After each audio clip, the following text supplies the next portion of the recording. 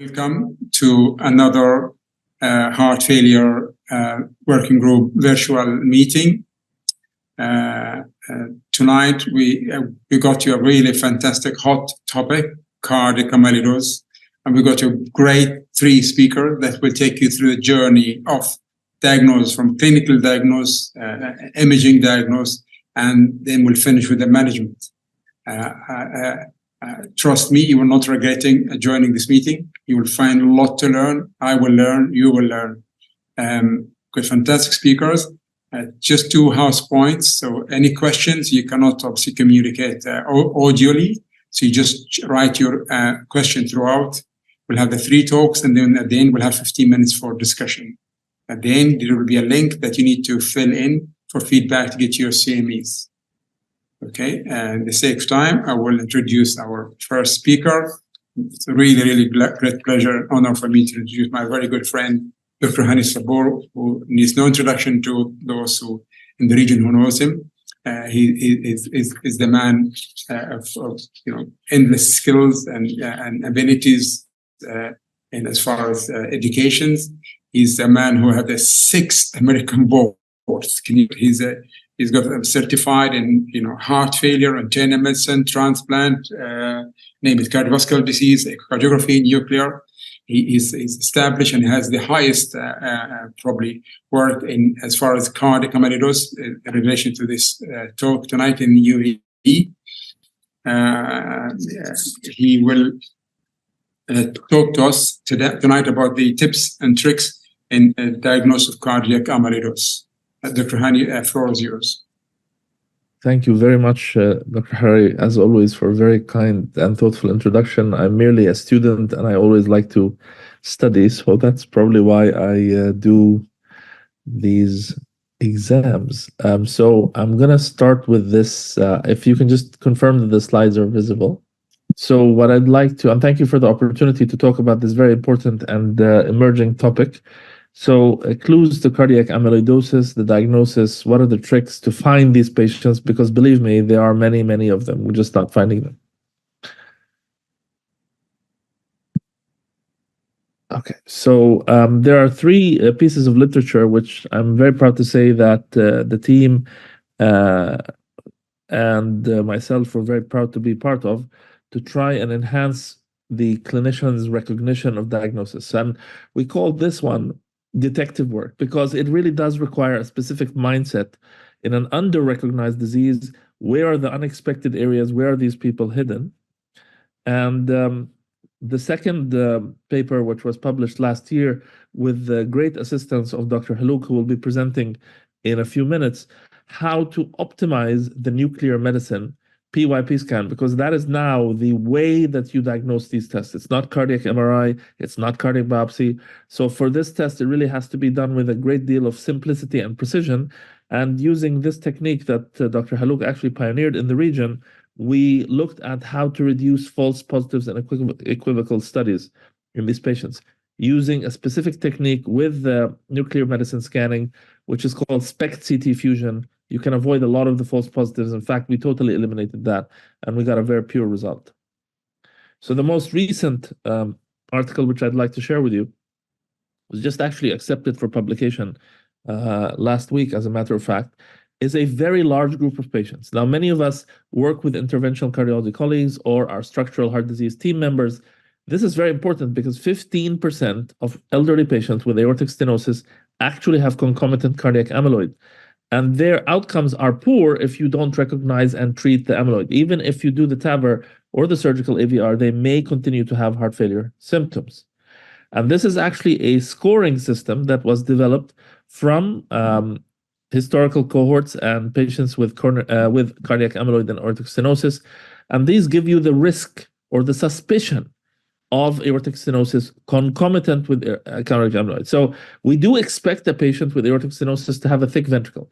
But if it's very thick, if it's more than 18 millimeters, particularly the septum, or you have severe diastolic dysfunction with an E to A ratio of 1.4, or if the patient's over 84, 85, if there's consistent elevation of troponin, and certainly if they have carpal tunnel syndrome, or on the ECG, a right bundle branch block, or a low voltage. Now remember, they have thick ventricle, low voltage.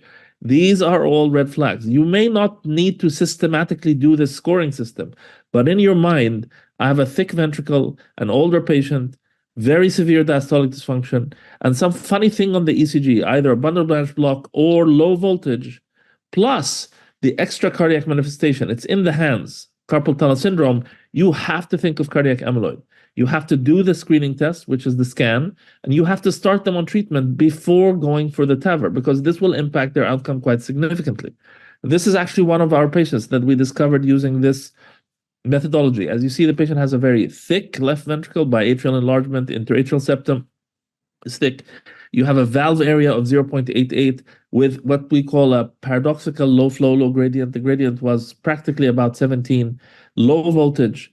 And lo and behold, when we did the nuclear medicine CT scans with CT fusion, as expertly shown here by Dr. Halouk, you see intense radioactive material uptake in the myocardium, intense on the planar, intense on the CT and the SPECT, and clearly this means the patient has cardiac amyloid. This patient was started on tafamidis and then was referred for possible surgical or actually TAVR because of the age. This is another patient. You look at this, you have severe LVH, very thick left ventricle. You have a very tight looking valve. So this is a high gradient aortic stenosis. However, the GLS gives you a nice clue. This is the cherry on top. There's a very reduced global strain. Only apical is spared. And when you look at the nuclear scan, here we go again, planar imaging, very intense uptake of the radioactive material. This is a bone agent. And again, the SPECT imaging is showing you the uptake without in the myocardium. So aortic stenosis in the elderly is a big one because these patients literally should be screened for this. 15% is not small. And here you can consider, again, the presence of a gradient and a thickened aortic valve not necessarily is the cause of the LVH, except if it's disproportionate. So in this large series from Europe, actually, they found that about 5.3% of patients with calcific aortic stenosis had wild type, and their mortality was much higher than patients who just underwent TAVR because they did not get the treatment for the cardiomyopathy. In this large series from a TAVR center, a center that just does large amounts of transcatheter valve replacement, they went back and screened patients and looked at their PYP scan, or if they didn't have it, they did it after this procedure. 24 out of 151, 16% of patients actually had proven wild-type cardiac amyloidosis. So I think that's a very large group of patients that deserve screening. And it's actually a little bit easier to pick up because you see the valve and you see the thickness and then you can go. Now, what about the other kind of patients? I think this is very important because we have this misconception that cardiac amyloid is a rare disease or it is never going to see it in your lifetime. This is not true. By removing this myth, and we opened our eyes and we saw a lot of patients in the last several years. So the clinical spectrum of cardiac amyloidosis is presented here. Heart failure is by far the commonest, 67%. AV block, symptomatic or asymptomatic on ECG or requiring pacemaker. Hypertrophic cardiomyopathy or restrictive cardiomyopathy. Oftentimes they are misdiagnosed as HOCM or restrictive cardiomyopathy because we didn't look at the myocardial substrate. The presence of aortic stenosis, and sometimes it's discovered by accident. So in terms of male and female preponderance, in fact, females can have 20% of patients with aortic stenosis are female. So you can't really exclude it. The presence of abnormalities on the ECG is key, but not 100%. So low voltage is only seen in the late stage of disease, 22%. However, bundle branch block, particularly right bundle branch block, 15%. LVH is very rare, but can still happen. And then you have the two most common findings. Atrial fibrillation, so they come to the electrophysiologist or they come to the general cardiologist, or pseudo-infarct pattern, Q waves instead of low voltage. So remember, it's not just low voltage. Low voltage is a late stage of the disease. Now, what about echo? In echo, you can get symmetric LVH in about 75%, but you can get asymmetric LVH focused primarily on the septum in about a quarter. The ejection fraction can also be reduced as the stage is later, so they don't always present with HFpEF. And clearly you have diastolic dysfunction, and the majority will have a pericardial effusion and biatrial enlargement. Survival. if you don't treat this. This is a lethal disease. In fact, the survival drops quite progressively if untreated. By 3 months, there's a significant 30% reduction of survival. And I think Dr. Khalid will speak to the treatment on that basis. So because of this overlap and because of this confusion about the criteria, the diagnosis is often delayed. And oftentimes these patients will see many specialists and about 4 years to make the diagnosis. So one of the very important non-cardiac clues for this disease is the hands. And actually, this is a paper that was published in 2018. The hands, i.e. carpal tunnel syndrome, is a clue to this disease because the protein develops in the myocardium. As you know, it's a restrictive cardiomyopathy phenotype with deposition within the myocardium, but also it develops within the hands. So I'll opine on that a little bit later. So one of the clinical contexts that you have to remember, the biggest one that you will see in cardiology practice is heart failure with preserved ejection fraction. By far, that is the commonest way that these patients present, and they see many cardiologists, and the assumption is they have hypertension or LVH. We mentioned aortic stenosis. It's generally poor prognosis, especially if they have heart failure. However, early diagnosis and treatment has been shown very important outcome benefits. So the reason why we are talking about it now is, one, because of the treatment being available. It's been available now for years, and particularly in the UAE. Secondly, the imaging test has eliminated the need for cardiac biopsy. The PYP cardiac imaging is a pyrophosphate scan, which is used in bone imaging. So patients with bone scans and so on, it's been available since 1983. And in fact, the diagnosis can be ascertained without cardiac biopsy. The second group of patients are patients that you can collaborate with your orthopedic surgeons. Patients with bilateral carpal tunnel syndrome, elderly patients above 65, have a high yield in cardiac amyloidosis. And if they've had carpal tunnel syndrome surgery, you have to really work with your surgeons to make sure that they take the specimen and stain it for the Congo red and not throw it away. So where do you start? You have to suspect it. Think about this disease. It's tricky. It's a detective work, but you can find it. And if you do suspect it, what do? You have to do a properly done echo to look for the diastolic parameters and the thickness and the aortic valve and the biatrial enlargement. You also need to do the relevant imaging, which is the nuclear medicine scan. And at the same time, you want to confirm that the patient doesn't have the other kind of amyloidosis, which is called AL amyloidosis. This is a hematological disorder with free light chains being very high. So you order the blood, and you may have to do a bone marrow biopsy. So let's start about how do you integrate the whole patient. So patients with left ventricular hypertrophy in general, with HFpEF and atrial fibrillation and bundle branch block. You might see these patients coming in the heart failure clinic, in the electrophysiology clinic, because of AFib, bundle branch block, or even a pacemaker. And also, as you mentioned, the aortic stenosis. The next point is you have to broaden your horizon outside of the box of cardiology and think of orthopedic symptoms. Why? Because bilateral carpal tunnel syndrome is a big red flag. Remember, if you are right-handed, you can get carpal tunnel syndrome in your dominant hand. Why should you get it in the other hand? And why should you also have LVH? Now you start thinking of an infiltrative cardiomyopathy, a protein that fills the nerves and fills the heart. In addition, if a patient comes to you in a wheelchair and they have spinal canal stenosis, or they have a bicipital tendon rupture, this is called Popeye sign. These are typical, classic textbook things that we used to see in the MRCP exam. But there are other red flag symptoms, other non-cardiac symptoms. We have to just broaden the horizon a little bit, open the eyes, and you look at autonomic neuropathy, the presence of proteinuria, chronic diarrhea, and weight loss, and particularly this physical finding of macroglossia, thick tongue, periorbital purpura, and jaw claudication. So remember that the protein itself, whether it's coming from the bone marrow, which is light chain, which is not our subject today, or coming from the liver, which is the transthyretin, causes this misfolded aggregate. This protein fibrils look like nylon fiber, actually, and they deposit early in the hand, carpal tunnel, and later on in the myocardium over years. And actually, if you look at the timeline, the orthopedic manifestations precede the cardiac manifestations by at least 10 years. So it's very important to remember to at least ask about carpal tunnel syndrome, or if you examine the patient, look if they have scars in both hands, and certainly if they have additional orthopedic manifestations. So the orthopedic assessment leads you to think of cardiac amyloid and also help you establish the diagnosis. So when they actually did this, and this was a study, they looked at patients after carpal tunnel syndrome surgery, previous history 5 to 10 years, and they found that for cardiac amyloidosis several years before, if it was a male above 70 years old with a BMI of less than 30, 21% of these patients had cardiac amyloid. This is very high yield if you simply ask the question about cardiac carpal tunnel syndrome. So it's at least 4% that patients who are screened for carpal tunnel syndrome have cardiac amyloid, but the other way around, if you have bilateral carpal tunnel syndrome, male, above 70, lower body weight, 21% yield.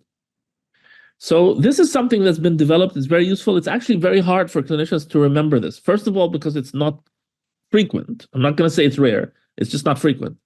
And this is a very nice tool that's been developed to help you to make this diagnosis. So if you want to take a screenshot of this or just remember the website, it's called Suspect and Detect. And what does it do? You put in your cardiac condition as well as your non-cardiac condition. So if your cardiac condition is heart failure with preserved ejection fraction, the next step, you just click a button. Does the patient have increased left ventricular wall thickness?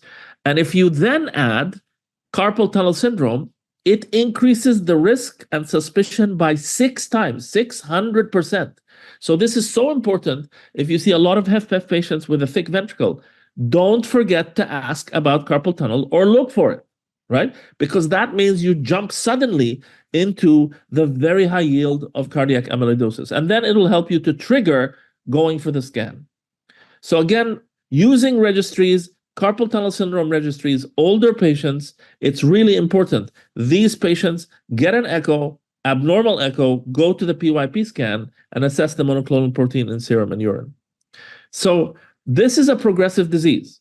The longer you wait, the more protein deposits, the more it affects the nerves, the more it affects the heart, the more it affects the rest of the circulation. So the key point is to think about it.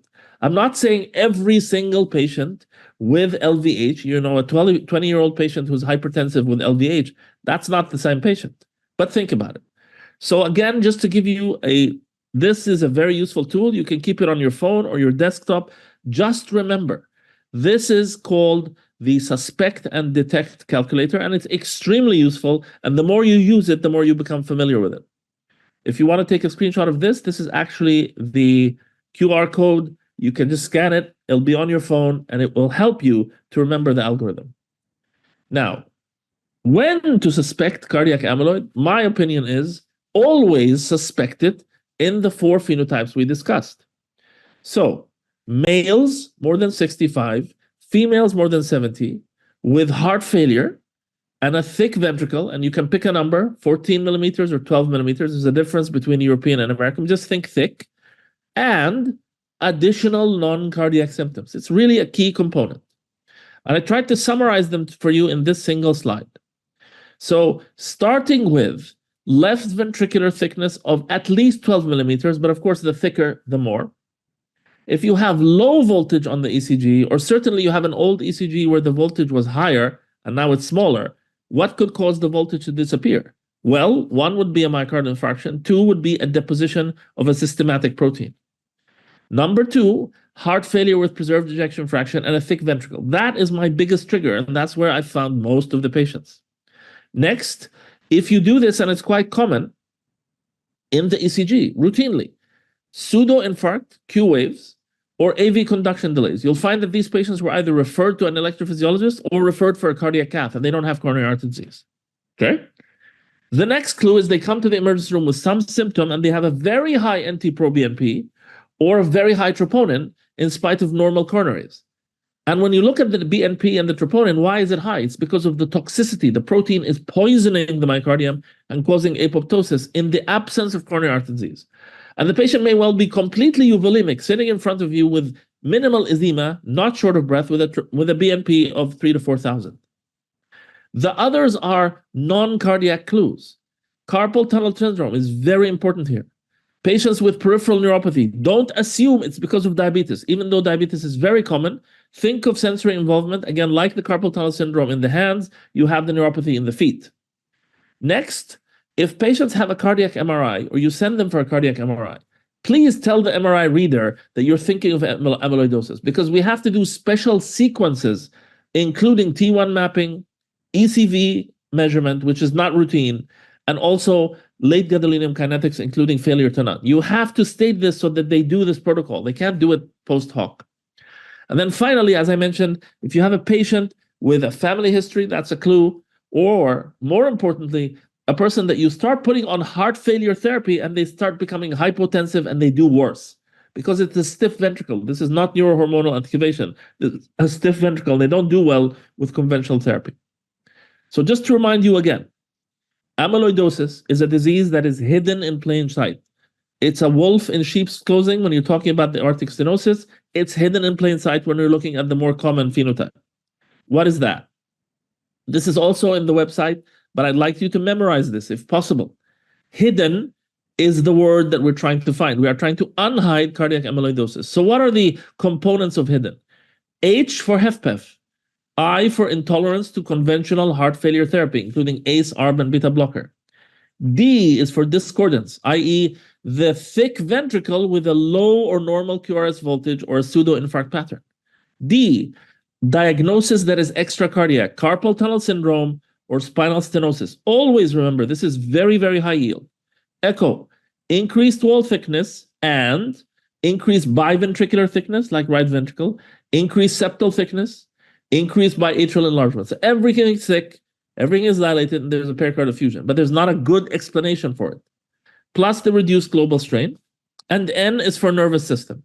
The autonomic nervous system is affected just as much as the heart, and you have gastroparesis, weight loss and malabsorption, you have peripheral neuropathy, and you have dysautonomia and syncope. So let's review one more time. HFpEF, especially in older patients, intolerance to conventional heart failure medication, particularly beta blockers, decrease or discordance of the ECG QRS in contrast to the thick ventricle, additional diagnosis of carpal tunnel syndrome or spinal stenosis, echo parameters of thickness and reduced diastolic strain, and finally, nervous system, including autonomic and GI symptoms.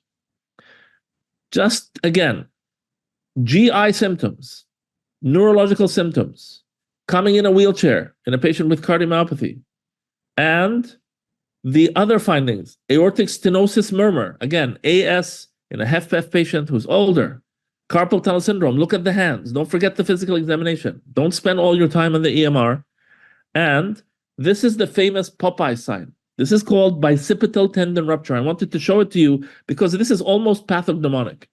When you ask the patient to simply abduct or just contract the biceps, it's broken, the actual tendon is ruptured, and it just bunches up like a ball. Looks like Popeye, doesn't it? This is not normal, and this is seen in 32%. If you have this, it's pathognomonic. It's almost a textbook description for TTR amyloidosis. Here's another example. It's published in the literature. Again, the tendon is ruptured, so when the patient just bends their arm slightly, it bunches up like a grape. So, carpal tunnel syndrome, I mentioned it before. Again, if you take patients with bilateral carpal tunnel syndrome, no job exposure, left ventricular hypertrophy, the yield is up to 4.1%. This is very important. And then they did scintigraphy in these patients, the bone scan, and they found the positive patients that way. So remember, this is a tricky disease. It wears many hats. You have to have your eyes open your horizon to non-cardiac manifestations in a thick ventricle patient. So this is the classic picture. Thick ventricle, pericardial effusion, valve thickening, RV thickening, low voltage with a pseudo-infarct pattern and atrial fibrillation. This is only the tip of the iceberg. Don't let that fool you. But at least that phenotype, that's where we had most of our patients in our registry. What about heart failure? Patients with more advanced disease. Any patient with HFpEF and also more advanced with HFrEF and LVH, heart failure. Again, they looked at 120 patients with HFpEF and LV more than 12 millimeters. 13% have ATTR cardiomyopathy. And this is from the program in Spain. The assumption is almost 10,000 HFpEF patients in Spain. Think about 13% of them may have wild-type amyloid. Afro-Caribbeans. In the UK, remember, African Americans, African Caribbeans, and also we have many of our patients are of African descent from Sudan or Somalia, and this is very important. In the UK, cardiac amyloid with this specific genotype, I mean, this specific African mutation is called 11% of heart failure in the UK. Does the ejection fraction always have to be normal? No, as the stage advances in these large registries, about a third of patients had an EF less than 50%. It progresses slowly, but it can drop. So don't fool yourself. Any cardiomyopathy can be cardiac amyloid. And the predominance, males and females, EF less than 50%, LVH more than 12 millimeters. If they did the PYP scan, which they did in this study, they found 11% had ATTR. And the treatment, of course, is different. Patients presenting to the electrophysiology clinic as hypertrophic cardiomyopathy. So you see there's a big differential diagnosis of hypertrophic cardiomyopathy. It's always assumed to be hypertension in young people. Don't make that mistake. But again, there are the reasons for the ventricle to be thick. So hypertrophic cardiomyopathy has a specific phenotype and shape on the echo, but also Fabry's disease, Danon, and cardiac amyloid. Don't forget it when you're talking to a younger person with TTR amyloid. So they actually looked at patients who presented to hypertrophic cardiomyopathy clinic, 300 odd patients with LV more than 15 millimeters.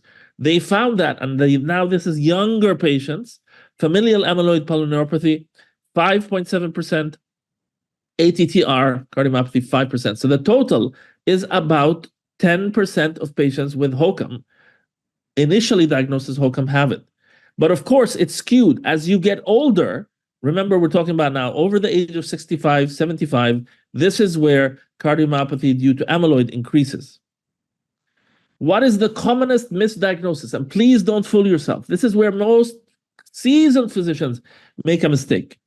When they looked at the initial histories of patients diagnosed with cardiac amyloid, finally after the diagnosis, the number one error was calling it hypertensive cardiomyopathy, a third, just HFpEF with no specific phenotyping in about 10%, and hypertrophic or restrictive cardiomyopathy in another third, and aortic stenosis. So don't attribute hypertension to this. These patients are not hypertensive, and they are not able to tolerate blood pressure medication.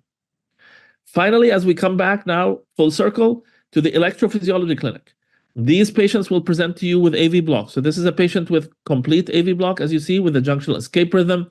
About 2 to 5% of patients with AV block with a thick ventricle, very important, requiring a pacemaker. So put in the pacemaker, but don't forget to look at the PYP scan, right? And finally, this is incidental. So this was actually a look at a nuclear medicine database where they had almost 1,500 bone scan patients. They looked at the patients who were over 75 years old. And when they looked at the heart on the full body bone scan, they found about 3% of patients who were male had uptake in the myocardium. So again, this is a message for our nuclear medicine colleagues. If you look at the whole body scan, there's uptake on the heart, refer to the cardiologist for echo and further assessment. So these are the multiple hats and the multiple presentations that can trick you. Heart failure, reduced or preserved, about 13%, thick ventricle. LVH or hypertrophic cardiomyopathy coming for HOCM clinic, 5%. Aortic stenosis, even with calcific AS, going for TAVR, between 5 to 15%. These patients need to be screened. Conduction abnormalities, so a pacemaker being put in at the middle of the night, you do the echo the next day, LVH and thickness, think of cardiac amyloid, do the scan, and incidental according to age. And as I mentioned before, if you think about it, you won't miss it. And there's a lot of difference in the treatment, as you will see from Dr. Khalid's talk, and why we need to treat these patients. And thank you all very much. Thanks very, very much, Dr. Hani Sabor. And for those who don't know, Dr. Hani is in Sydney now. It's 3 o'clock in the morning, so he's awake for you.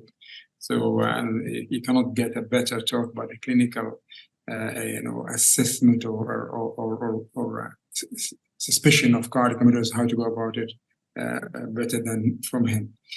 Moving on, it's really my great pleasure and honor to introduce Dr. Halok Al-Baziglo. He's a man, again, you probably will not find anyone better than him to talk about bone scintigraphy in amyloidosis. He's a staff physician in the nuclear cardiology and department at Cleveland Clinic Abu Dhabi. He's American certified in nuclear cardiology and nuclear medicine. He's the founder and the owner of the world's first Joint Commission International CD-accredited imaging center. He has supervised, checked, performed more than 50,000 myocardial perfusion imaging. I mean, what an experience. So he is going, I've heard him talking about this and I've learned a lot from him, and I'm sure I will learn tonight, and I'm sure you will. He will talk to us tonight about the best practice in bone scintigraphy for diagnosis of HTR. This is where we have difficulty. This is the way you diagnose it. You suspect it clinically, but this is the channel to diagnose it. Dr. Haluk, the floor is yours.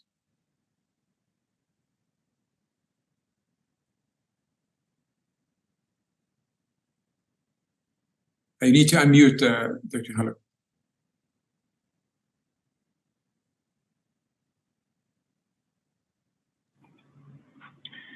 Thank you for the invitation, Dr. Hari. It's my honor and pleasure to talk about the nuclear part of this development. So we have started to do the nuclear imaging for cardiac amyloidosis.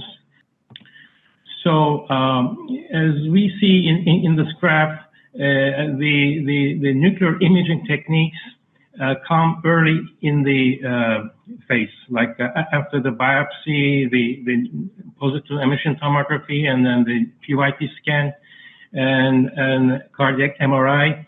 And the imaging techniques actually stay in the heart of the diagnosis of this disease. So there are some other, apart from the bone-seeking tracers, which we use PYT, there are other nuclear tracers which have been used in the differential diagnosis of cardiac amyloidosis. And among these, there are some PET tracers which are currently available, although they have less specificity in differentiating the ATTR amyloid from other types of amyloid. So among the bone-seeking tracers, we all know the famous name, the PYT, which is called the pyrophosphate. So I'm not going to go delve into the details, but the take-home message from here is we do image the bone, the bone scan, the classical traditional bone scan. We wait at least 3 hours for the tracer to settle in the bone. So it should be the same as if we are imaging the cardiac amyloid. So that means that the standard now, the accepted imaging time window is 3 to 4 hours after the tracer injection, which is in contrast to earlier 1 hour imaging technique. But as I mentioned, it's too early to image the organ after 1 hour, and that's why we adopted the 3 hour imaging technique. And it all depends on the biotic distribution pattern of the tracer, and it is excreted by the renal system, so that's why we wait minimum 3 hours after the tracer injection. And these are the acquisition protocols, which I don't want to go into the detail. So when we image at 3 hours, we image the patient as like how we get a chest X-ray, like it's called planar imaging. We take pictures in both anterior views and in the lateral view to have an overall understanding of what is going on in the chest. And then, based on this view, we compare the region on the heart with the region on the opposite side, the contralateral side, which is the lung side. And as per the published guidelines, there is a grading system of the tracer uptake, and from grade 0 to grade 3, with increasing tracer uptake in the chest region. But I just want to highlight here, you cannot differentiate if this increasing tracer uptake originating from the LV itself, or is it originating from the LV cavity? So with these images, there is no way, unless you look at the bottom images, which are called SPECT images. In the SPECT images, as you see in grade 2 and grade 3, there is an empty black region surrounded by the white LV tracer uptake. So this increases the confidence to call that it is what you see is actually originating from the LV myocardium rather than the LV cavity. So, and then it's been published and it's commonly used as there is region of interest is defined in the left side of the chest and also on the right side of the chest. And you take the ratio, and based on that ratio, there are some probabilities of being ATTR positive amyloidosis. But to tell you, in the current practice, we don't rely on these ratios anymore. And then it's been again published that you have to draw the region of interest properly in order to get accurate ratios. So there are some conditions where this tracer, the PYP, can give or will give a false positive scan, which the first one is the AL amyloidosis.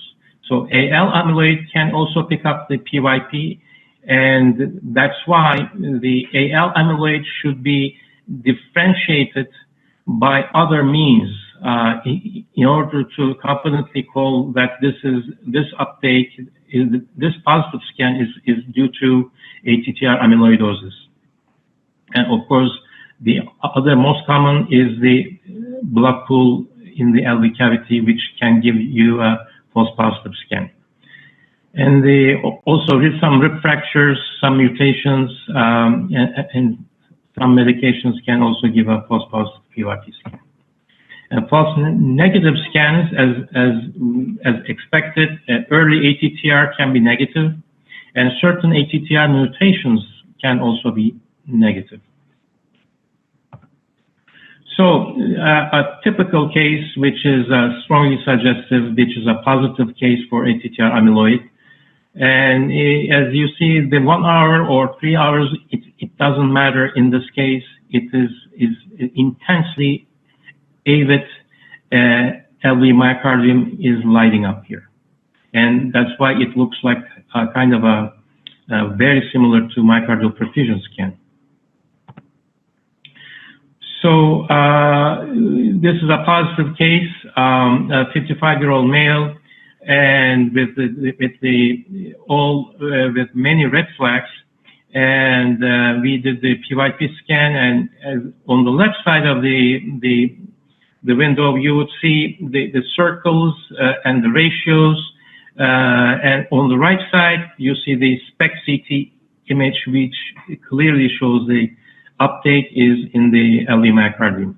But still, as I just mentioned in the previous slide, AL amyloid can also present as in the identical fashion. So that's why AL amyloid should be excluded by the biochemical means, by free light chain assays and by immunofixation. This is another case with red flags. And again, in the nuclear technique, we drew the ratios, and it ended up with a ratio of 1.5, which is abnormal and strongly suggestive for amyloid. But when we looked at the SPECT-CT of the same patient, the uptake we see in the LV myocardium is actually sitting in the LV cavity. So, and there is no uptake in the thickened LV myocardium. So this is a SPECT image. So if we would have left just with these planar images, we would call this as a strongly suggestive. But after doing the SPECT, now we see we clearly separate the LV cavity and the thickened myocardium. And this is the fused SPECT CT. You can be able to clearly delineate the LV myocardium here. Again, the same.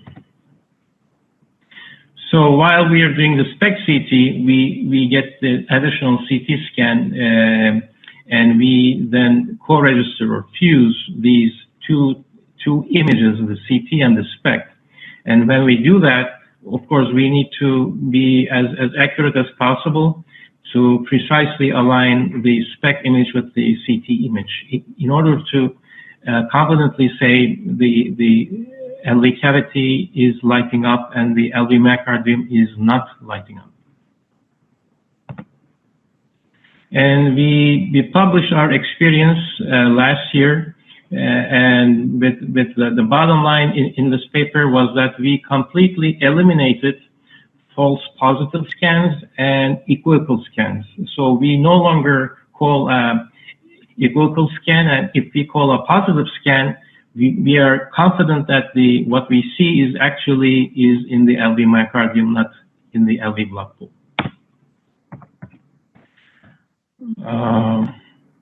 So this is our timeline as how we built our experience in nuclear amyloid imaging. So before we incorporate the SPECT CTs, we had too many equivocal interpretations. Up until 2000, by the end of the 2020, we started to incorporate the CT on top of the SPECT. And with the SPECT CT, now we completely eliminated those equivocal scans or false positive scans. And the SPECT CT is routine since that time. This is the published guideline, which in the CT is been recommended only to report the ancillary findings, and we disagree with that and showed this in our paper that the CT is mandatory in order to confidently call a positive scan and completely eliminate the equivocal scans. So a few cases just to show you. This is an equivocal scan. You see some uptake in the LV region, the LV myocardial region. And then when you do the SPECT CT, you do see the empty cavity. And then when you fuse the SPECT with the CT, you do not see any tracer in the LV myocardium itself.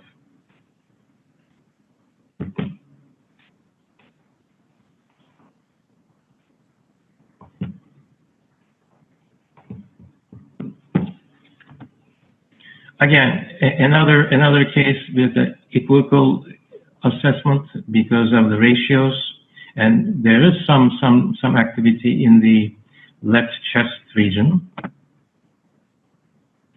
And then when you do the SPECT, you say there is an empty looking LV cavity, so then the surrounding region should be the LV itself. But when we add the CT on top of the SPECT, now it is clearly delineated that the LV myocardium has no tracer uptake there. So this is a demo case how we eliminated the equivocal scans.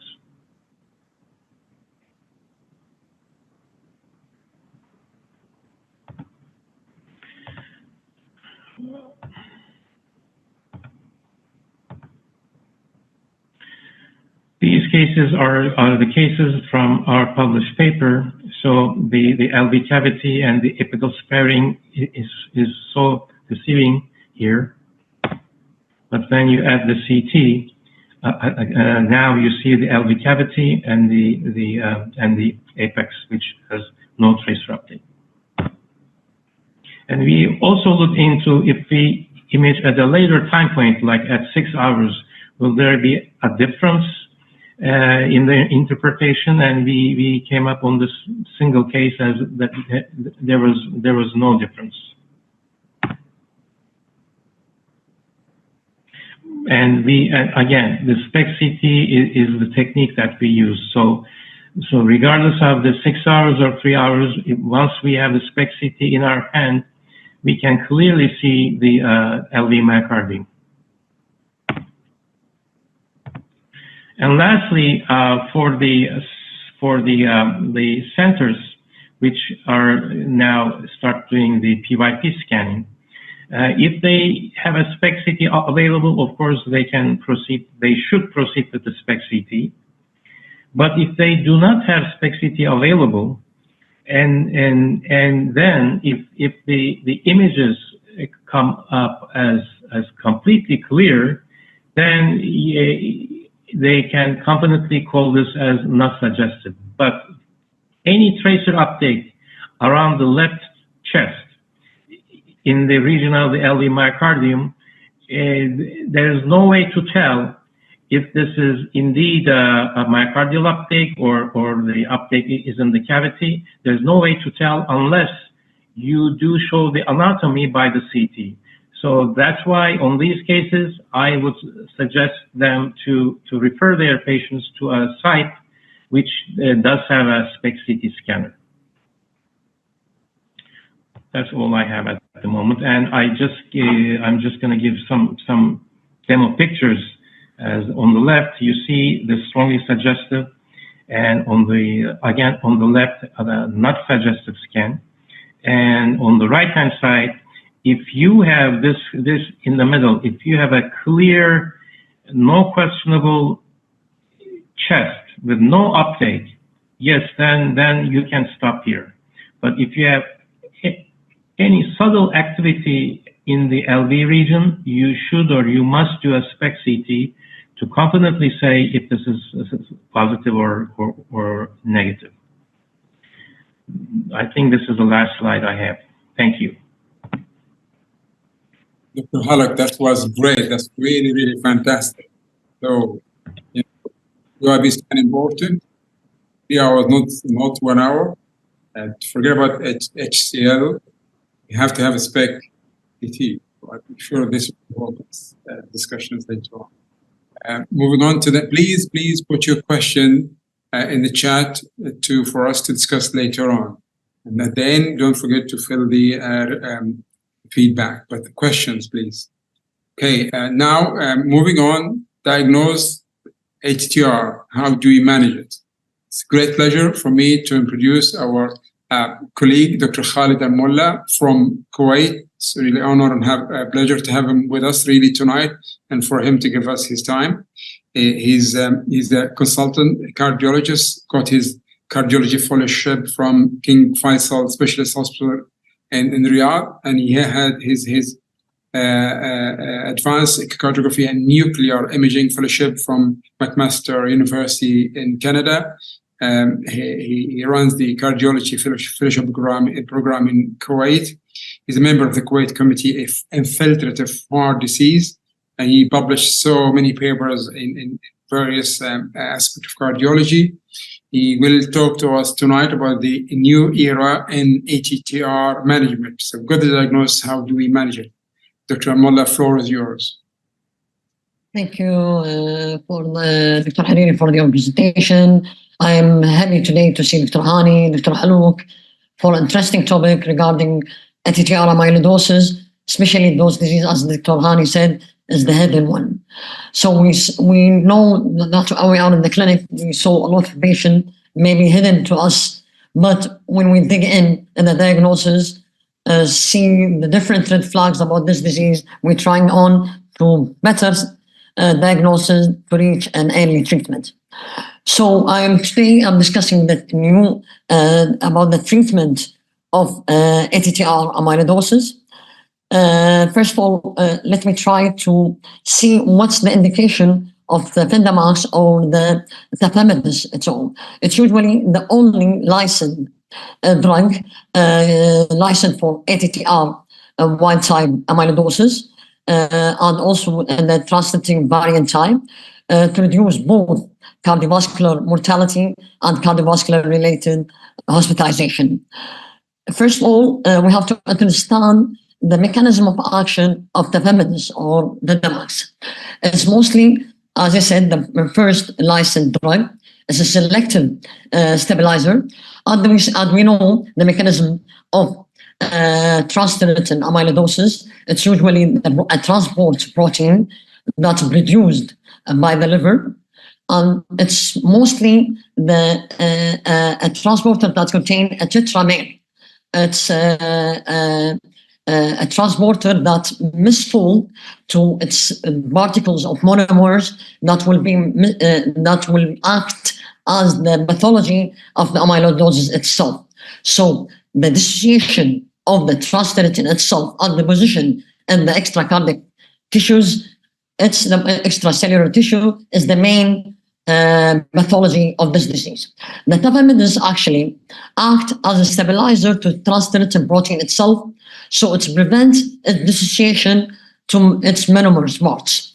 So it's bind mostly to TTR, a thyroxine binding site, trying to stabilize the tetramer and slowing the dissociation into the monomers, as I said, which is a rate limiting step in the amyloidogenic process. As far as we know, in 2018, it was introduced in the New England Journal of Medicine about the ATTRACT trial. They use tafamidis mainly for patients with transthyretin cardiomyopathy. The trial actually started with a 441 patient between a wild type and the hereditary types of amyloidosis. It was randomized to 2-1-2 method. Mostly using 2 doses of drug of tafamidis, 80 milligram per day, and the other one is 20 milligram per day, and the other arm of the trial using placebo. The all trials were built to tafamidis, almost 264. The primary analysis regarding the method was used as a primary was all-cause mortality, a frequency of cardiovascular admissions, and the component of the admission to the hospitalization to the hospital. The trial was taken on as an international study across almost 48 sites in almost 13 countries, involving Belgium, USA, Netherlands, UK.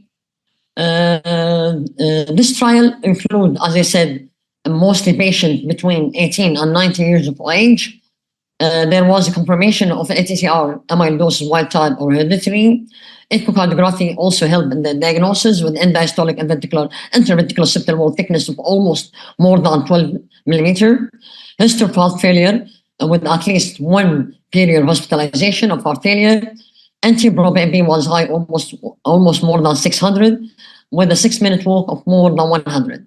The exclusion criteria, of course, was a heart failure, almost advanced cases of heart failure, like patient with NIHA class 4, patient with light chain amyloidosis, history of either liver or heart transplant, patient with device, patient with estimated GFR less than 25, and with those patients with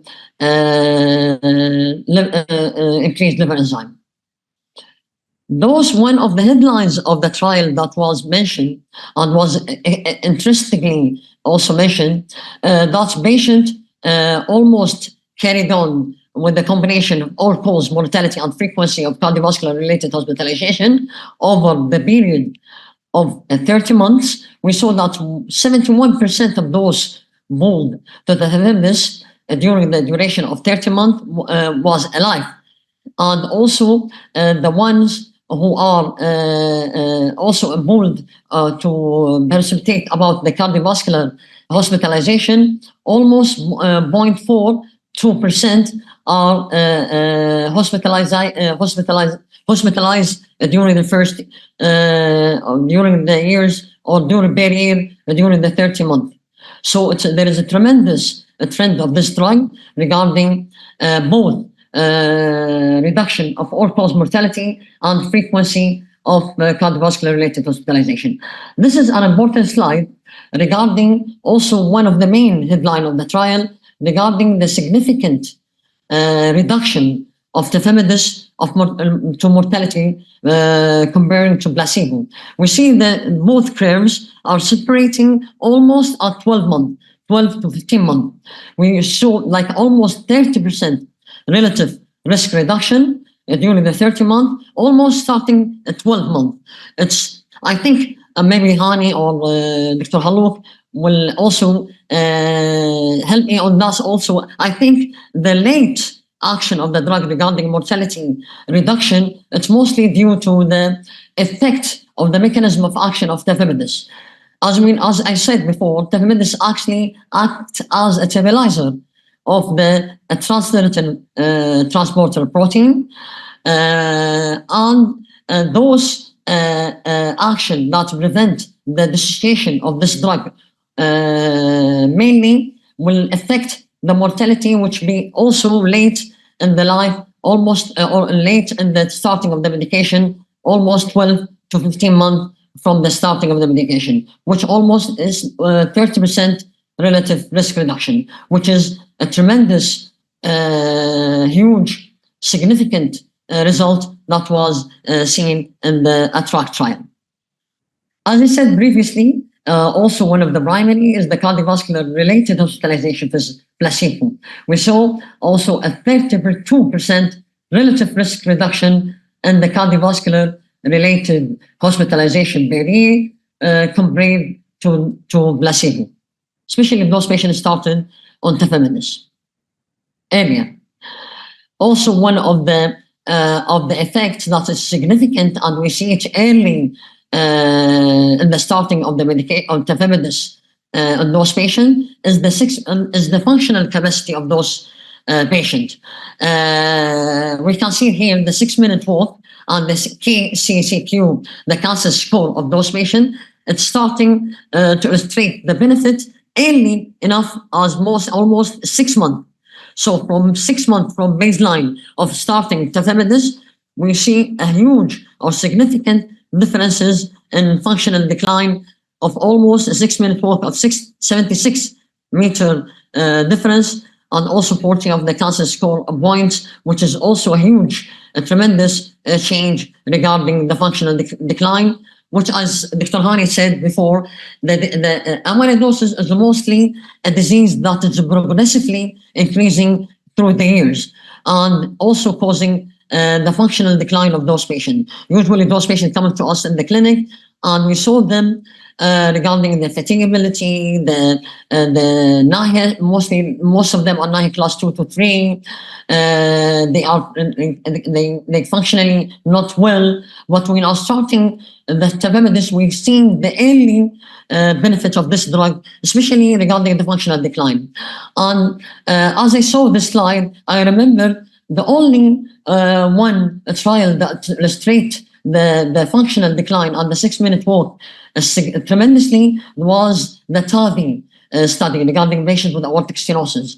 Tafamidis actually reached this significant functional benefit early enough at 6 months with almost 76 meter differences compared to the placebo. Also, I thought of other study regarding CRT implantation in those patients with heart failure reduced ejection fraction. There's almost 2 meter differences regarding after CRT implantation. But here in tafamidis, we see a significant result regarding the functional decline. After that, the post-hoc analysis after the ATTRACT trial, actually, still there is some significant, some serious question regarding the long-term effect of this medication. That's why in post-hoc analysis, they started what is called the LTE, the long-term expansion of tafamidis. They then randomized patients to the same regime. They started with the 2 doses. The patient who started at the baseline with the 80 or 20 milligram tafamidis QD, they continue after 30 months up to 5 years to continue tafamidis in the same dose, either 80 milligram or 20 milligram. The placebo arm patient up to 30 months, they are randomized to 2-to-1 tafamidis dose that is bioequivalent to 80 milligram. So the 3 arms started to continue tafamidis, either starting as a baseline with the tafamidis or either to start with the placebo. So and this long-term expansion will try to illustrate the clinical data regarding the prolongation of survival of tafamidis for those patients starting with the tafamidis as the baseline, or the patient starting after 30 months with tafamidis. As we see here in the LTE, the post-hoc analysis, we see how tremendously those patients starting with tafamidis 80 milligram, then started with the doses 80 to 60 milligram. There's a lot of relative risk reduction of almost 41%, with a 5-year risk or benefit or mortality of almost 51%, especially those patients were starting with the tafamidis early enough in the trial. So in this slide, we see the separation of almost in 18 months to 21 months. This slide also telling us that if we started early in the tafamidis in the course of the disease, we get more benefits regarding the mortality, especially in those patients we are trying to expand it more than 30 months. So start early tafamidis as early enough is better than starting late in the long-term expansion results. Also, before this slide I'm going on, also they found the same post-hoc analysis that tracked long-term expansion, they found also the benefit in those patients presenting with NIHE class 3. They started patient also in the same trial, patient with NIHE class 1 or advanced NIHE class 2. And the same patient also they started in the beginning for NIHE class 3. They found a tremendous benefit of the drug starting with NIHE class 3. They found almost 20% relative risk reduction of mortality in those patients presenting with NIHE class 3. That will illustrate for us that not only the patient with that was illustrated in the updated guidelines with heart failure, the indication of tafamidis in those patients with NIHE class 1 or advanced class 2, but also a patient with NIHE class 3, it will have also benefits regarding the relative risk reduction of mortality for those patients, especially after 15 months to 20 months from the starting of the tafamidis. Usually we saw those elderly patients coming with NIHE class 2. We saw the benefit of tafamidis, especially after starting the medication in the clinic, after follow-up regarding the echo, regarding the parameters, regarding the cardiac enzymes. It was also illustrated in the ATTRACT trial. So to facilitate the diagnosis, as Dr. Hani and Dr. Halou said, the early diagnosis is the essential method of early benefit of the treatment. We have to illustrate, suspect the disease itself by the red flags as illustrated, illustrate the cardiac and extracardiac manifestation of the disease itself, either by non-invasive manifestation or by invasive manifestation, by echocardiogram, by CMR, by BYD test, by nuclear imaging, that will facilitate the diagnosis of the ATTR amyloidosis. So tafamidis nowadays is an approved medication to treat the ATTR wild-type transthyretin amyloidosis or variant amyloidosis. Data both from the ATTRACT and post-hoc analysis regarding long-term expansion proved the 5-year efficiency and safety of tafamidis for the treatment of ATTR cardiac amyloidosis, especially as far we know the significant benefit, especially in those patients with NIHE class to advanced class 2 and NAHI class 3, elderly more than 80 years old of age. So the most effect of tafamidis is regarding the mechanism of action. As I told, 92% of the benefit of the medication of the tafamidis regarding the stabilization of the transthyretin protein itself. So the transthyretin, the tafamidis itself, we're trying to make the patient less symptomatic, trying to decrease the cardiovascular hospitalization, decrease mortality, promote the health, the concept of healthy aging. Regarding its safety profile of this drug, tafamidis was well tolerated, almost from 30 months up to 5 years. The side effect or adverse event during the trials was similar to the placebo. Dosing, it's also started as found also in most in the Gulf countries, is 61 milligram per day, 1 dose, 1 capsule, safe drug, as I said. There is no contraindication, no significant adverse events. The tafamidis, as I said, it's a tremendous drug regarding the only licensed medication, especially for those with wild-type transthyretin amyloidosis. No certain contraindication, and it's widely used nowadays in Kuwait. We have a big clinic establishment of clinics regarding those patients with infiltrative cardiomyopathy. We have a certain algorithm. We use it in non-invasive lab in Kuwait regarding those patients. We're having an algorithm regarding the echo, those patients with left ventricular hypertrophy, those patients with heart failure, reserve ejection fraction, those patients, as I said, Dr.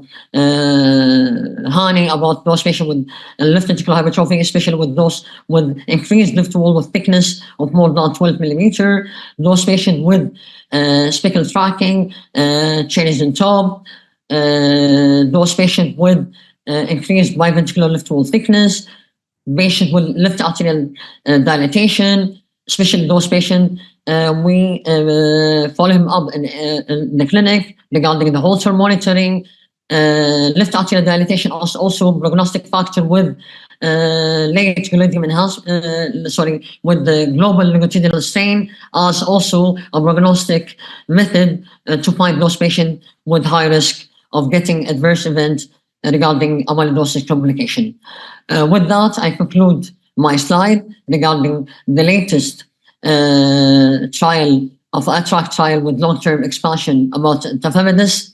And thank you again for inviting me to the trial. Thank you, Dr. Hariri, about the great presentation. Thank you, Dr. Hani, thank you, Dr. Halouk, about great summary of a big entity of drug, of the disease that we are starting now to develop an algorithm to tracking those critical patients.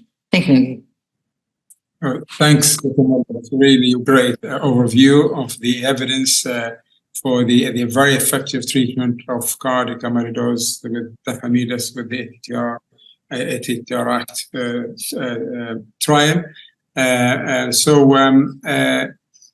Please write any question in your chat box. We're going to open the floor for a question, and I'm going to I'll probably try to summarize what we got later on, but you heard it all, really: diagnosis, investigations, and management. I've got a couple of questions myself for Dr. Hani, if you're there, still awake. I think my camera is blocked by the organizer. If they can just unblock my camera. Can you do that, please? So Hani was obviously maybe summarize the clues later on, but I was really interested in your raised score in AS. A couple of questions about it. Is it validated? Is it yes. Very interesting, very attractive? And I'm going to ask you specifically about, when I looked at the list, obviously you have many things: the LVH, the age, the troponin, the carpal tunnel, the low voltage. But I was interested in the right bundle branch flow. It was given 2 points, even higher higher than the others. The thinking behind that, or the explanation of it, and also the score sounds really good, because you don't, we have many scores for many diseases. I'm going to call like HFpEF, whatever, but you always end with a vague answer. It tells you if you got 2 or more, you're already almost there as far as the news. And so a question from that is about the right bundle branch block, and then should we use it? Should we screen? We don't do this. Should we really routinely now screen any aortic stenosis, particularly those who are referring for TAVR or SAVR? If I can just start with that, Hani. Sure. So thank you. That's a great question. So this actually, this wasn't our innovation. We just took it and we applied it to a group of our own patients. So the original paper actually came from Thibaut Damy's group in France, and they combined the literature from a large AS and amyloidosis center. So they ended up with almost 500 odd patients from the UK and France and other centers who had aortic stenosis, who went for TAVR and SAVR. When they went back and they did the nuclear scans, then they looked at what was positive in these patients. So they recreated this score from patients who had the combined phenotype of aortic stenosis and cardiac amyloid, confirmed by diagnostic testing. So this is the high yield stuff that came up. Can you see the slide? No. Okay, let me try again. We had the slide on the one before. It was there. It's there now. Yeah, we got it. So you'll notice this is a very discriminatory test. Only 2 points are enough. So if you just have a carpal tunnel syndrome, you're already in, right? Simply. You don't have to do anything else. Carpal tunnel syndrome 3, you're in. Right bundle branch block, you're in. If you have so this is in patients with aortic stenosis. Let me recap. So you have a patient with aortic stenosis. You're thinking to send them for TAVR or SAVR. The stenosis is significant enough that it's causing some sort of heart failure symptoms or some symptomatic thing. Any one of these, and remember, this is not a lot. I mean, you see very thick ventricle, you got the answer. You got severe diastolic dysfunction, particularly the EA ratio, you got the answer. But the ones that drive it a lot are the non-cardiac findings, actually. So quite simply, when we applied this to a group of 4 patients, which was what our paper was about, we were actually able to get a score above 2. In fact, in those patients that we presented in the paper, they already had the scans and they already had aortic stenosis. So we were just retrospectively applying the score to see if it fits in our population. And it does. It actually does with flying colors. My suggestion, though, I think it's just a clinical point. If you look at the typical patient who comes in for SAVR or TAVR, right? They're generally elderly. You check their BNP, it's elevated. You check their troponin, it's elevated. There's a clue. You look at their ECG and the voltage is low, or the index, the Sokolow-Lyon index, is basically like an index of LVH. And if it's less than 2, you got it. So clinically, you can actually do this without the score, but the score is very intuitive, and I think it makes a lot of sense. And in fact, the recommendation from the original paper from the French and European guys and from our paper is that essentially, because the yield is 15%, why not screen 1/8 of your population? It's reasonable, right? It's reasonable. We can screen, as Halouk mentioned, it's a very simple screening test. It doesn't require any preparation. The radiation dose is very low. There's no risk to having the screening test. You just do the injection, wait after 3 hours, get the images, and you'll have a very high yield. Because as Dr. Khaled pointed out, if you don't treat, the outcome is remarkably worse. You just put in the TAVR for nothing, and the myocardium takes a very long time to recover. You don't have to take the treatment for at least 1.5 years to show some accrued benefit. But if you don't, the patient actually gets progressively worse. So I think this is combined phenotype, which we call pharmaco-invasive approach. We mentioned this in the paper. So that means by all means do the procedure, but by all means start the treatment, because that will impact the prognosis as well. Yeah, great. Just going back again to the clues, the ECGs there are many, and you mentioned them: the atrial fibrillation, the block, the low voltage, the infarction, and from LVH to no LVH. The echo, we always just focus on the hypertrophy, but there are more clues in the echo than just the LVH. Can you, Hani, just remind us of those, please? Sure. Thank you. I don't think we had time to go over that as much detail as we like. So I'm going to just show you the summary of what the echo should be. So the first thing is not just the echo. As you mentioned, we integrate the echo and the ECG. This is not common. When you're sitting in an echo lab, you have 50, 60 echoes to read. You're not looking at the ECG, right? So the clinician really has to do that on behalf of the echo reader. You have to just put it all together. So if you put the echo with a thick ventricle and the QRS on the ECG is either normal or shows a Q wave, a pseudo-infarct pattern, then that's how you put it together. So I'm just going to go through I'm just going to have some extra echoes to show you. So this is conventional LVH, right? So measured in the appropriate manner as per the ESC or ASE guidelines. The patient's ventricle thickness has to be measured. In addition, you look at the right ventricle, it's also thick. We also will look at this. There's a pericardial effusion in almost all patients. It could be very small, right? The next component, well, first of all, to think about it, right? But the next component is the following. You have this speckled appearance. I know we've forgotten about this, but it's something that we talked about when we used to be residents and fellows. Using the speckle tracking, you can actually get a more detailed assessment, but it is actually that. When you do speckle tracking, they're actually looking at these actual speckles to determine the strain. So it is very enhanced in these patients. The next point is this. Increased thickness of the AV valves. The protein does develop, as we saw in the aortic valve, but also see it in the myocardium and the atrium. There is atrial enlargement, typically biatrial enlargement. The other point that's quite unusual is because this is infiltrating the whole myocardium, the right ventricle is thick, the interatrial septum is thick, and I remember this was one of the MRCP questions. They used to call it dumbbell septum or septal hypertrophy, the elderly. This is it. There are very few things that cause interatrial septal hypertrophy, right? It's not fat, it's actually this amyloid protein. So if you think about it, why should the right ventricle be thickened or thickened if the patient has hypertension? It shouldn't. It doesn't make sense, right? So this is actually infiltrative, and it starts giving you this pattern of everything is being involved. So the granular speckling, and then of course you have preserved or decreased ejection fraction. The hallmark is always thick ventricle, so 12 millimeters, but you have to measure it correctly. The next one, I think Dr. Khalid mentioned this very nicely. This is the routine assessment using global strain.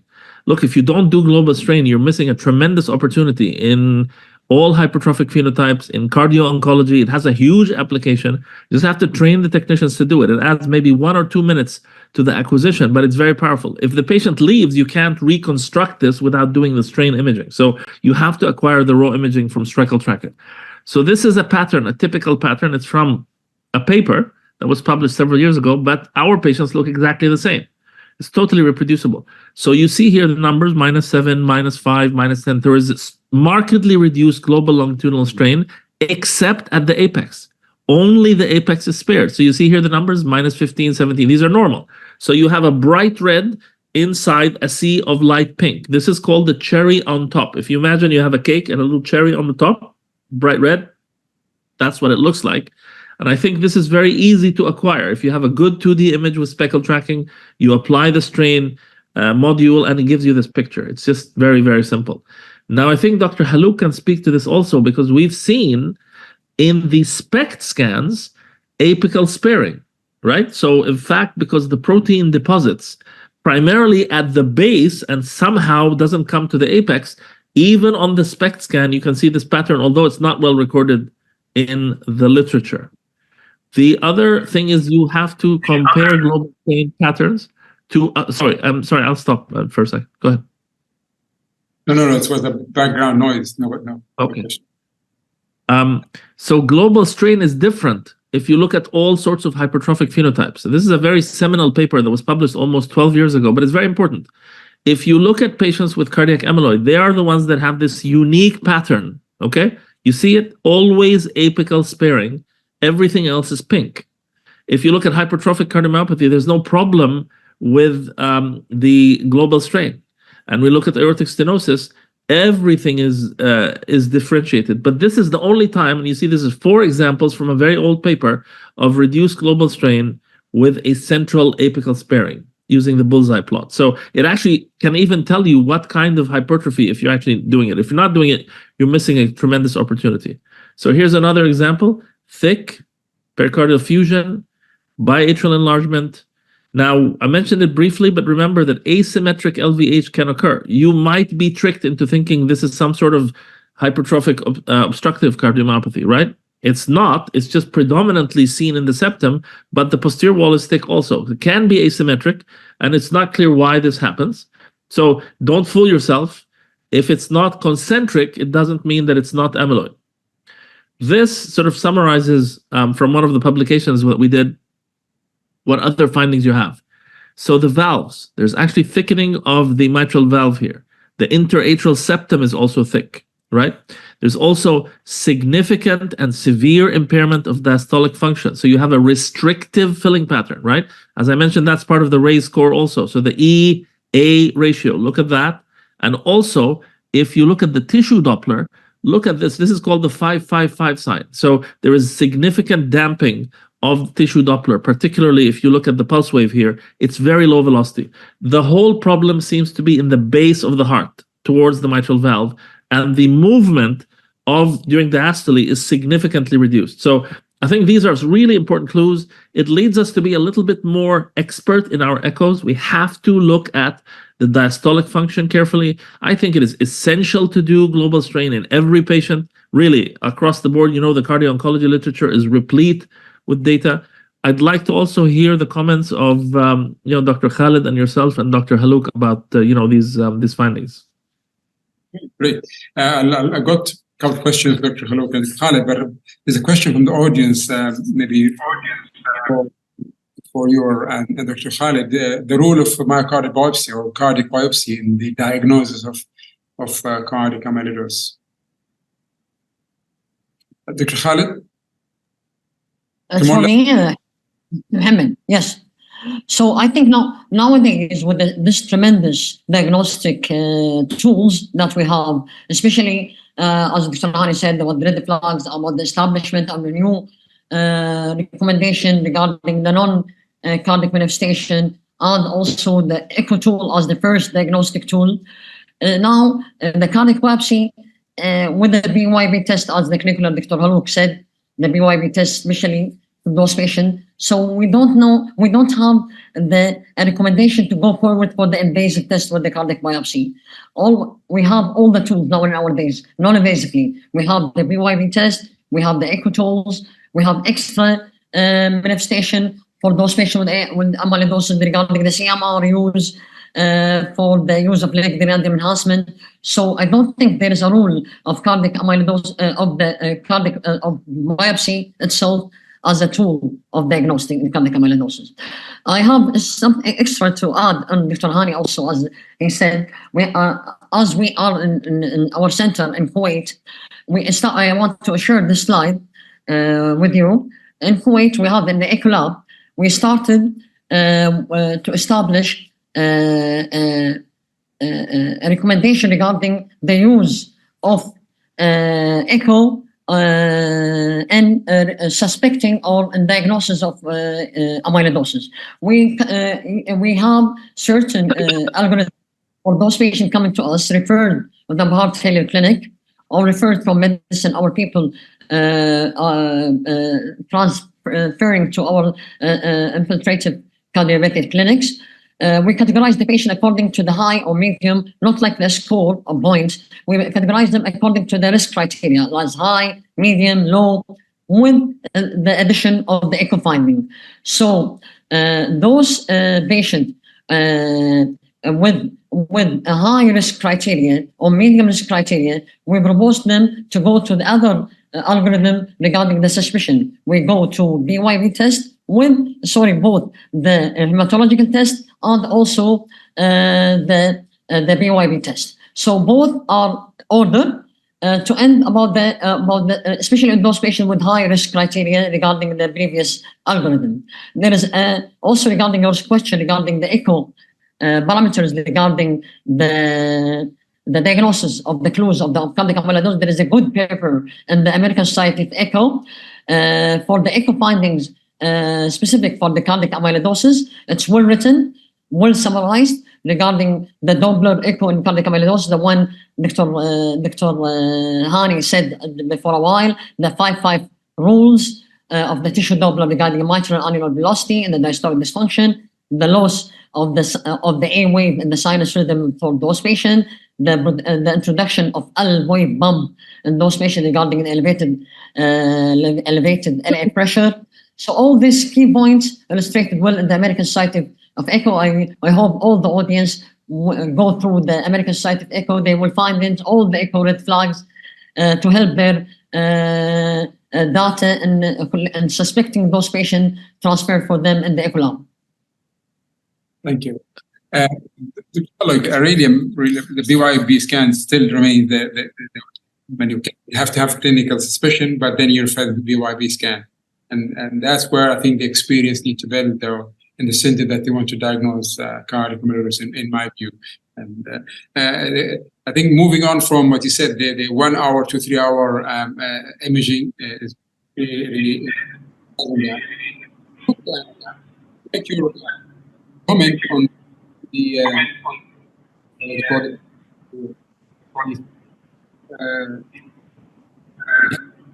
ratio.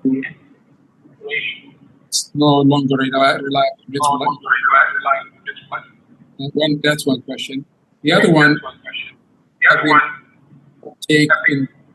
there's some sort of echo. Yeah. Dr. Harani, we can't hear you. Is that you still have the? I think it's better now. Okay. So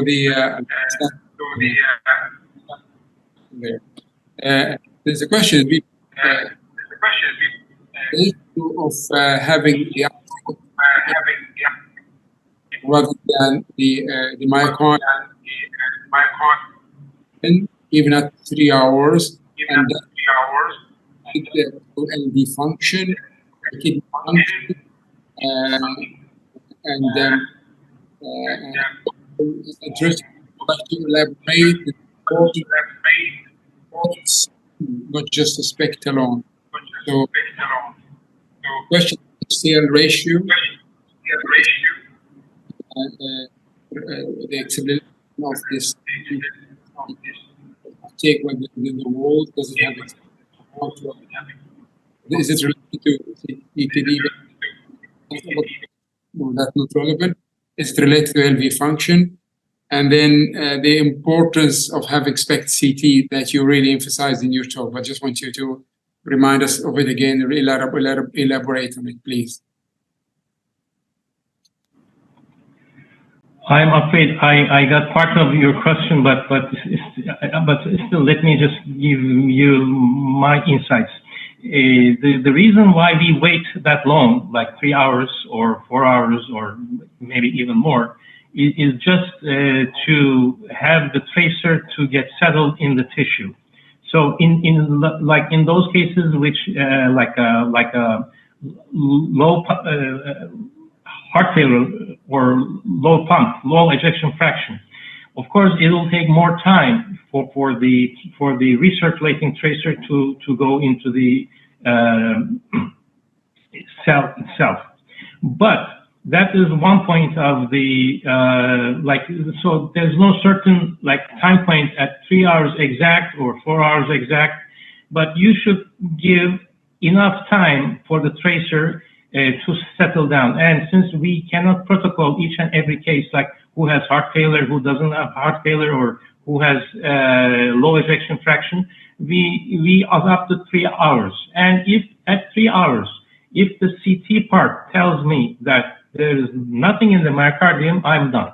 I don't even look at the ratio. I don't even look at the planar views, because the SPECT CT itself is really like you're opening up the chest, like open up heart surgery. You look at the myocardium itself.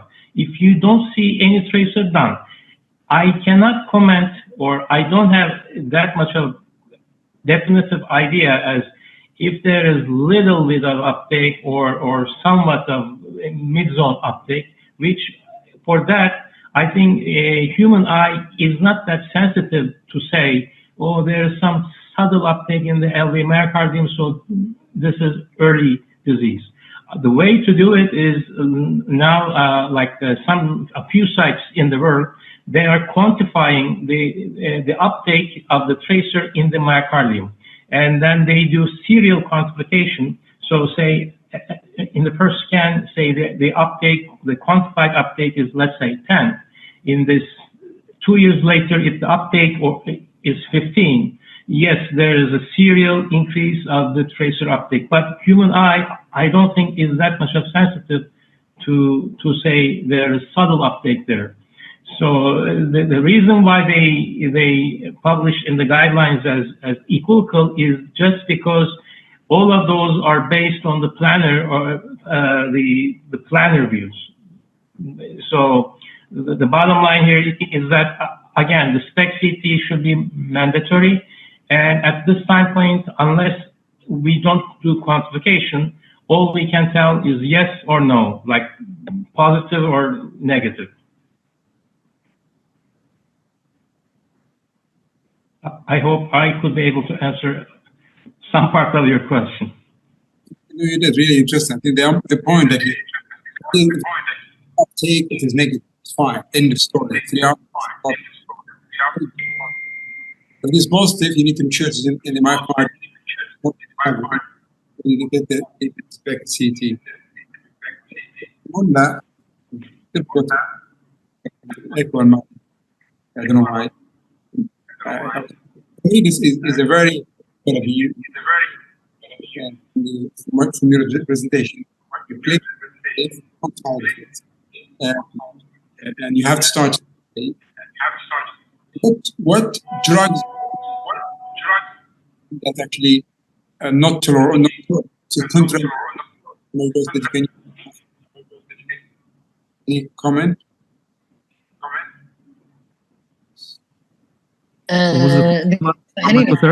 Just one thing to mention regarding the biopsy. We said that biopsy it's most. I meant in my speak is the transthyretin amyloidosis, not the AL1.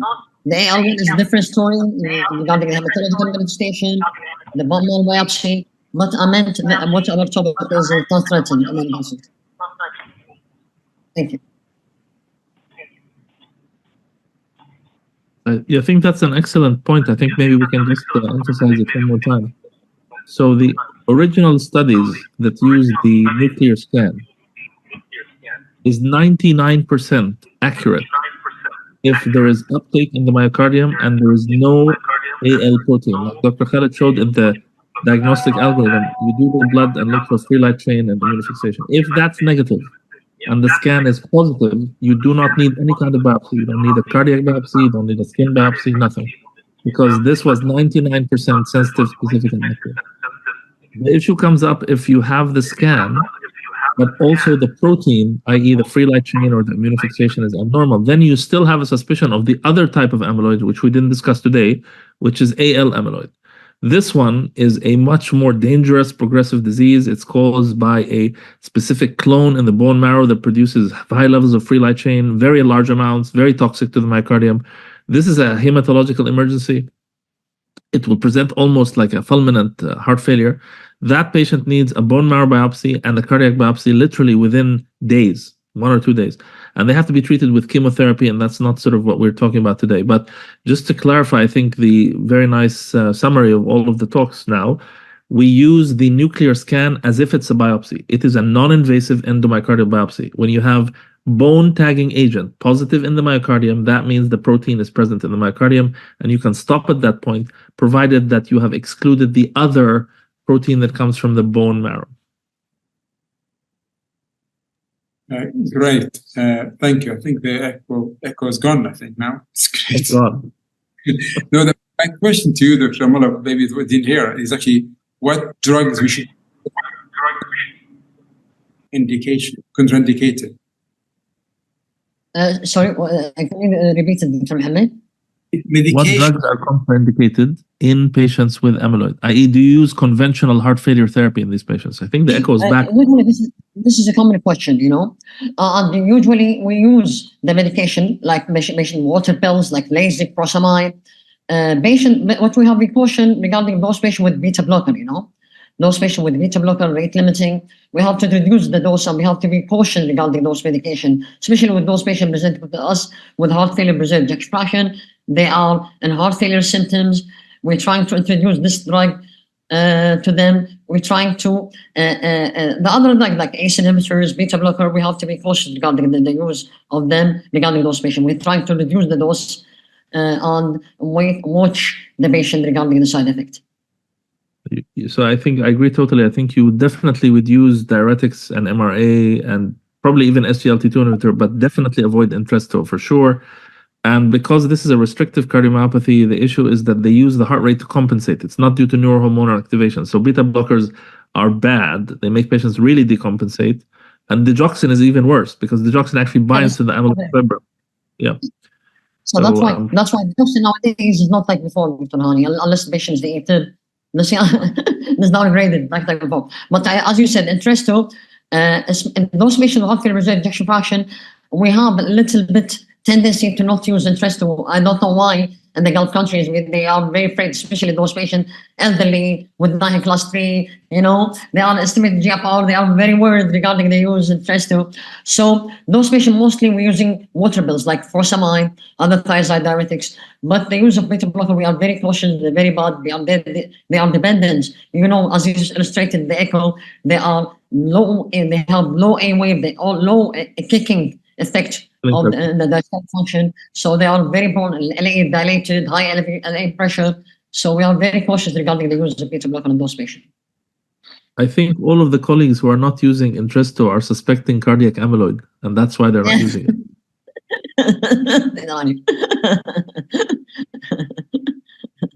That was really, really great. Hopefully I will not have echo. I'll try to summarize. We had coming to the end. I'm really, really grateful and appreciate your giving us your time, all of you, three of you, for this fantastic event. And I really learned a lot. Really, cardiac amyloidosis is very common than what we think. We have to think about it. There are clues, there are clinical clues. We've kind of gone through them. There are the ECGs clues, there are echo clues, but if you don't suspect it, if you don't refer this aortic stenosis, those what you think HOCMs, those where hypertensive become hypertensive, ECGs, abnormal ECGs, high troponin, persistent, unexplained, BNP, and so on and so on and so forth. The carbon tunnels, the people. If you don't suspect them and you don't do the right test, if you exclude AL with the Kappa lambda immunofluorescence urine and blood, and then refer for BYP scan. Simple test, the non-invasive, the safe test. Do it the proper way. Do the test. Do the image in 3 hours. Do a SPEC. If it is negative, do a SPEC. Do CT SPEC. Make sure it's not in the cavity. We have an effective therapy. Tafamide is very effective, very safe, but we have to diagnose early, start it early. There's some medication we cannot use. Try to make as much as I can a summary for our talk. It was really enjoyable, and I really appreciate your time, and thank you for your time. And final words from you if you want, otherwise we'll finish. Thank you, Dr. Mohammed. Thank you, Dr. Hani. Thank you, Dr. Haluk, about interesting topic. Usually we are coming nowadays through a lot of education regarding the infiltrative heart disease, cardiac amyloidosis. We were facing it in our population, especially here in Kuwait, mostly in Emirates, in UAE, Dubai. So we found it interesting to make those educational tools for the doctor, the physician, for the health practitioner to get used to this disease, to suspect it early, to diagnose it early, to lead to better prognostic effect in those medications regarding the lifestyle of those patients, regarding the hospitalization, regarding also the most significant is the mortality reduction. Thank you all, and inshallah see you soon in other symposium or other webinars. Use the hidden score thing, suspect and detect, raise score. Thank you very much. Have a good evening. Thank you. For the best. Hani, you're muted, Hani. You're muted. I just wanted to thank you all, and specifically to thank Dr. Haluk for being this cornerstone of this project. We could not have done it. He actually gave us the initiative in 2018. Let's do the PYP scans. He actually went back and reread 300 studies to validate the new approach. So, without your help, man, we couldn't have done any of this. I also like to thank Dr. Khalid for coming up with this very nice, I'm going to borrow this from you if you don't mind, and also for Dr. Harari for giving us the platform to discuss this very important disease and including us in these educational discussions. Thank you. Thank you. Thank you, Dr. Hello. Thank you. Good night. Thank you. Thank you. Thank you.